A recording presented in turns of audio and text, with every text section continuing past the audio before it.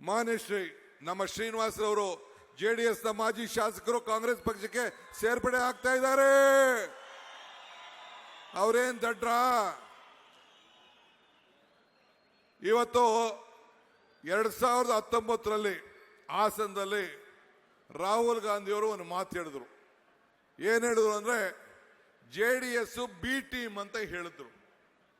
ನಾನು ಯಾಕಪ್ಪ ಹಿಂಗೆ ಹೇಳ್ತಾ ಇದ್ದಾರೆ ಅಂತೇಳಿ ನಾನು ಪ್ರಶ್ನೆ ಮಾಡ್ತಾ ಇದ್ದೆ.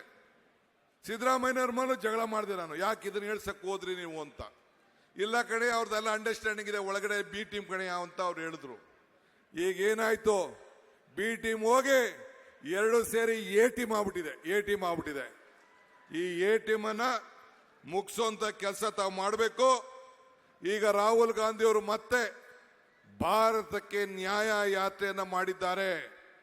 ಇವತ್ತು ಈ ರಾಜ್ಯದಲ್ಲಿ ನಿಮ್ಮ ಜಿಲ್ಲೆಯಲ್ಲಿ ಈ ಮಂಡ್ಯಗೆ ಬೆಳಗ್ಗೆ ಸಾಯಂಕಾಲ ನಿಮಗೋಸ್ಕರ ದುಡಿಯುವಂತ ಒಬ್ಬ ಸ್ಥಳೀಕನಿಗೆ, ಒಬ್ಬ ಉದ್ಯಮಿಗೆ, ಇವತ್ತು ಒಬ್ಬ ರೈತನ ಮಗನಿಗೆ ಇವತ್ತು ನಮ್ಮ ವೆಂಕಟರಮಣಗೌಡ ಚಂದ್ರೂರವರಿಗೆ ಇವತ್ತು ಅವಕಾಶವನ್ನು ಮಾಡಿದ್ದಾರೆ. ಇವತ್ತು ಚಂದ್ರು ಅಲ್ಲ